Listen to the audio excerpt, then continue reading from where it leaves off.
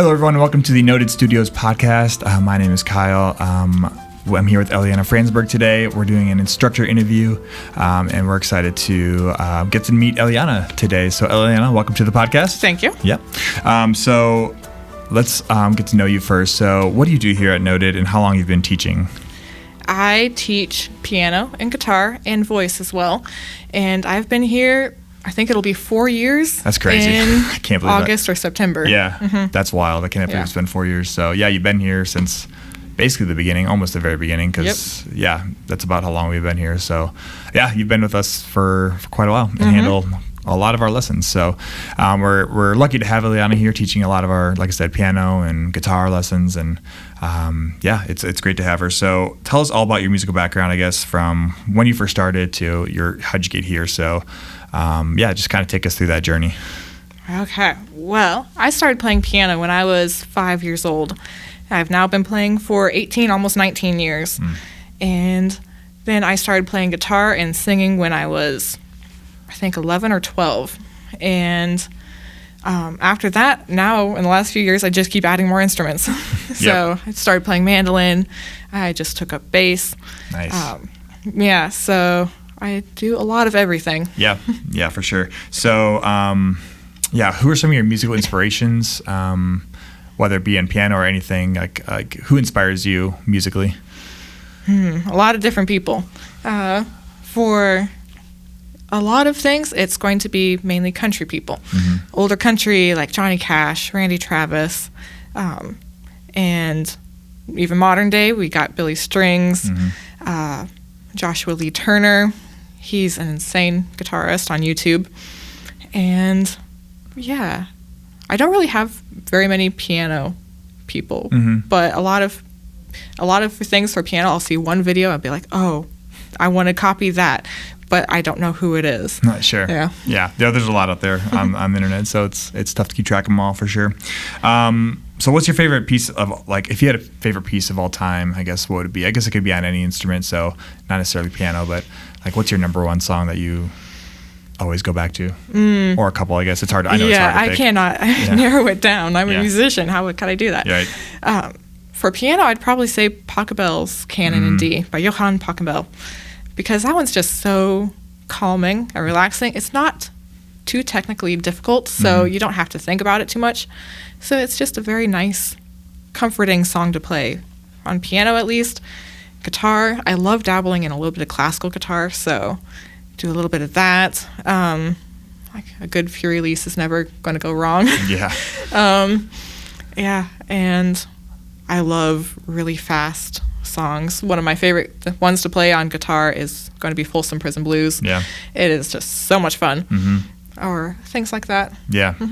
That's good. So how would you describe your teaching style, and I guess how has it changed over the years as you've just acquired more students and gotten this, experience? So how would you describe that style?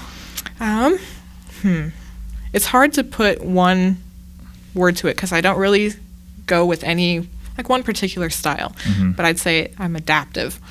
I strongly believe that education is not a one-size-fits-all, like everything's within one box, because every single person is going to be different and how they learn is going to be different.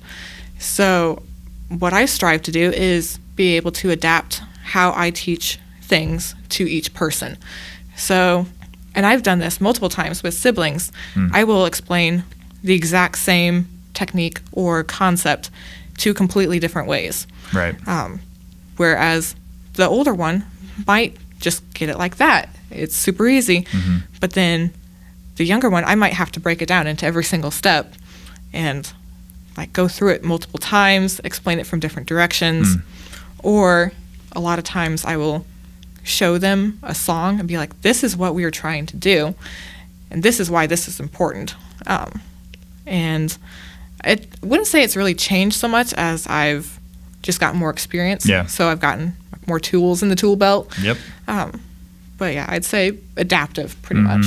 Sure. Yeah, it's really good just knowing that every student's going to learn a little bit differently, that, you can't always do the same exact thing for everybody because it's not always going to work. Nope. Every student's a little bit different, and they have their own unique hurdles to get over. So kind of speaking of that, how do you help students who are struggling to get to that next level? Let's say they've kind of hit a roadblock in their playing and need some either motivation or just something different to kind of get to them to that next step in their playing. So what are some things you've done in the past that have helped students to grow that way? I'd say there are two main things. One is, let's say we've been working on this song for months and it's all really good, but there's just this one line. It's like either the rhythm or something is just really difficult. So it will go either two ways. I'll say, okay, we're going to take this one lesson or even the next 2 weeks, and we're going to focus the entire half hour of our lesson playing this one line, maybe even just a couple notes. If it's a big jump for your hands or something, we're just going to focus really hard on this until we get it down really, really well. Sometimes, though, that can be extremely overwhelming for kids, especially if they're younger. Yeah. So sometimes, if that doesn't work, then I'll go, forget it. We're not going to work on this for right now. We're going to go do like a pop song. We're going to learn Taylor Swift today. Right. Or we'll just forget about it completely. And then in maybe a month or so, we'll go back to it and be like, hey, remember this one thing? And then all of a sudden something will click. Yeah. Sometimes it's just they're missing information, or I don't know. Sometimes you just need a break from things. So it usually goes either of the two ways. Or sometimes it's just, you know what? We're not really going to learn anything today. We might not complete the next page of the book or whatever. But you know what? We sat down and we sang and we rocked out. Sure. We're playing guitar. We were just talking about music and things. And sometimes that can be way more helpful than learning anything, because then they have to know that music is fun. Yeah. And that's the most important thing for me, is I want my students to think music is fun, because I think music is so incredibly fun. Sure. And I didn't always. It was a very long process to get to that point. So I try really hard to make sure that everything is always going to be fun and never overwhelming. So that's what I try to do. Yeah, I think what you said there is important. Like, it's not just about getting to the next song in the book. Like, that's not the goal. It's a much deeper thing than that. You know, it's like, it's not just checking off the next song, but it is about getting that deep love of music. And oftentimes that'll push kids through that next level on their own timeline. Sometimes it's not always straight and narrow. Sometimes it's got a lot of curves and twists and things like that. But getting students to fall in love with the instrument, not so much just fall in love with progress, I guess. Does that make sense? And a lot of times they need to see what could be. Like, if I show them a video of whoever their favorite singer is playing guitar or playing this piano, and they go, well, I want to do that. I'm like, well, I know how we can do that. Let's backtrack, and we learn the steps. And then all of a sudden, look, you just played the exact same thing Taylor Swift did. Sure, yeah, that's awesome. When that clicks for them, that can be like the light bulb moment. Like, oh, I can totally do this. It's not so far away. Like that. Yeah, that's great. So how do you teach, just in general, like creativity in your lessons, like creating music and just being a creative individual? Obviously, a lot of what we do is reading notes and rhythms and things like that. But how do you input moments of creativity with your lessons? A lot of different ways, and sometimes it's just on the fly. I'm not planning anything, but sometimes we'll go to a song and be like, well, that ending was boring. And the rest of the song was so fun. There was staccato and a whole bunch of eighth notes and cool rhythms and sharps and flats. And then we end with C. And I go, well, how would you write it? What would you do with this? Like, we could play 2 low Cs. We could do a whole C chord, or we could even invert it and we get a higher note in there or something. And so I try to give them ideas and opportunities to explore and create. It might not always sound good. It might sound really bad.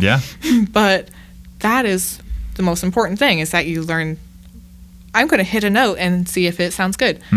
If it sounds bad, then we go, oh, what if we try the one next to it? And then go, oh, that one sounds pretty good. So it's all about improvising and seeing whether or not something sounds good. If you don't like the way that particular thing sounds, we have the liberty to change it. That's what's cool about being a musician. And creativity. Right. Yeah, just getting them to think, again, bigger than just the notes and the rhythms, but actually like opening their mind to like what's behind the music, or Yeah. how can I make this different? How can I make it mine? And it might not necessarily sound good to somebody else, but it's funny, like a lot of kids, like when they create, it might actually not sound that good to us, but then they love it. Yeah. And that's way more important than actually like, making perfect music. Yeah. Just them creating something and taking ownership of it. Again, that just kind of takes it into that next level. And that can be the spark that kind of ignites something down the road. And then maybe we can talk about some theory stuff later or whatever. Like we can always talk about the stuff behind the music, but just getting them to buy into that is huge. So it's cool that you're doing that kind of thing in your lessons. So what kind of encouragement would you give to students who, I guess just general creative, a motivation for them? So to keep going with their lessons, keep creating music. I guess, any advice to young students and families out there? For the families, I'd say don't push so hard. I've seen a lot of people, they push it too much, and then the kid ends up hating it. Like, I have to practice an hour every day or something. That's not necessarily going to help very much. And I don't aim for perfection, because perfection is the killer of creativity. And so when you're so focused on perfectionism, then you stop thinking about, how can I make it fun or be creative? How can I write my own songs or stuff like that? Because I want people to have fun with music. And whatever it takes for that to happen, do it. If it's switching instruments, if you go, I really hate piano, I don't care. You're not hurting my feelings. Right. Try guitar, try drums. I don't care. Yeah. I want you to have fun. So I'd say have fun and don't push for perfectionism quite so much. Sure. All right.